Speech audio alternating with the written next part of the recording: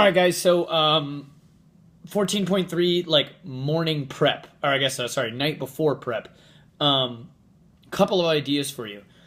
You can. This is my lovely downtown small ass DC apartment. But couple of things. This workout, if you haven't guessed already, I didn't watch the warm up, is all about not blowing out your back. Your back is going to get spicy, especially if you're doing this wrong. So here's the deal. We teach this in the seminars all the time. Your brain and your body will go into anything it can mode if it senses your spine in a bad position. It will do everything it possibly can to get you to stop whatever the fuck you're doing to protect your spine. Your nerves are not something you fuck with, and your brain knows that, and it will do everything it can. So if it senses you in a bad position, especially repeatedly, and especially repeatedly with heavy weight and speed, which is the box jump is, you're going to get shut down. And it's not going to be a fatigue thing. You're not going to be like, oh, my back is tired, per se. Instead, your brain will just tell you you're more tired than you are. Your brain will tell you you don't pick up that bar. You will stare at that bar. Even though it's light or whatever, you're going to be like, I don't know why, I just don't feel like I can do it. It's all about protecting your back, okay? Likewise, there are a lot of interesting studies that go to show you how when your brain is when it senses a bad position nerve-wise, right, it will smoke your grip. It will get you to let go of things immediately because it's not worth the damage to your back. It's much easier to let go than risk that. So again, the whole idea of this workout is protecting your back from a bad position, from the nerves and the spine impinging on one another. So this is the classic idea. If you don't have that stability in the spine, you're going to get into trouble. And what I mean by that is, especially, you're going to see this, it's going to be so easy to do. When people get their back smoked, it's not from flexing, it's from extending. In other words, this dreaded position that I worked on so much of, this cranked out back. It's so easy to get in this position where you blow out your psoas. Where your psoas, which is this muscle connects down into your hip, yanks you into this position and you just stick there. So how can we got to undo this anterior tilt that is so freaking common among a bunch of you. Two ideas. One, we have to restore good hip flexion. In other words, it's all going to be about minimizing the amount of change in my spine. So I have to be able to keep this flat back, okay? Obviously neutral head, but I'm looking at a camera. So flat back. The minute this happens or this happens, you can see that I've sent myself into extension. So I'll send more strategy videos later tonight, but we've got to undo this tilt, which is why I told Frank to tell you, stop sitting down.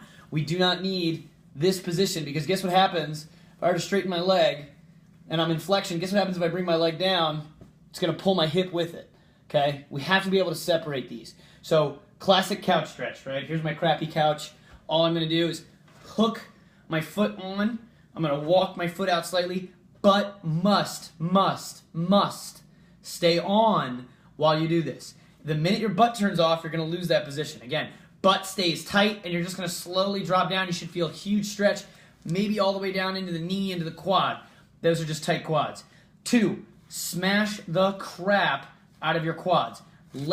Get your quads off tension. Your quads are huge, strong guys. They're going to pull you into that extended position. So again, couch stretch the crap out of yourself. Brilliant ideas are contract, squeeze your butt as hard as you can, and then relax. And I say relax, I don't necessarily mean let go, I mean sink deeper.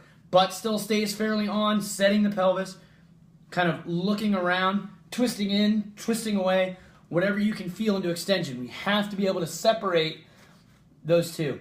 Number 2 is if you have a band, I think I have one right here actually.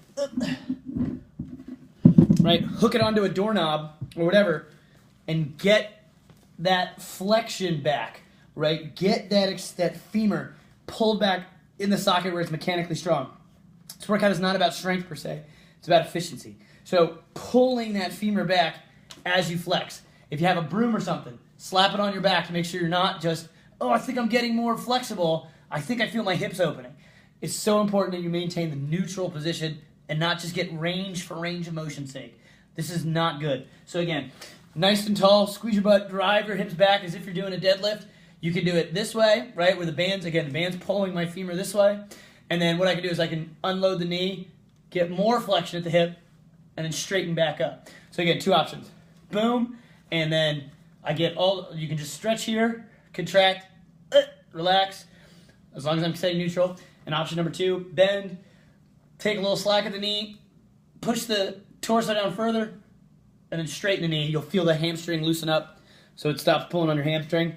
Oh, I'm sorry, stops pulling on your pelvis. So two ideas. Number 2 are some of these classic mobs. We're going to do these a bunch tomorrow. I'll write a warm-up. But getting your butt to fire. Your butt must do the work. Again, you can do a bunch of deadlifts, light deadlifts, with your back until it gets heavy, and you've smoked yourself into extension. You're screwed. So you have to get your butt doing the work. Your butt needs to be finishing that lift, not your back, by finishing again in this overextended position. So you have to get into this position where you're at the knee, boom, finishing back, and not cranking back and smoking out your back. So a couple of glute drills. I don't know if you can see, but you can basically do a bird dog, right, where you're going to extend the hip, right? You're going to be on quadruped position, nice flat back, paying attention to the pelvis. Fire hydrants, important thing on the fire hydrants, you're not tilting the whole hip, you're just driving the knees out. And then lifting what are called donkey kicks, where you're just going to lift your knee up, squeezing your butt, bring it back down. Again, not changing the pelvis. You have to be aware of what your pelvis is doing. I can't emphasize this enough. This is going to smoke your back. This is going to allow you to go for a while. This workout is all about not blowing up your back. Do not let your pelvis turn. Keep it neutral, and you'll be able to do a lot longer. Again, you're not going to get anywhere near the deadlift, the super heavy deadlifts, I don't think. It's all about getting reps at the lower rates, or at the moderate weights.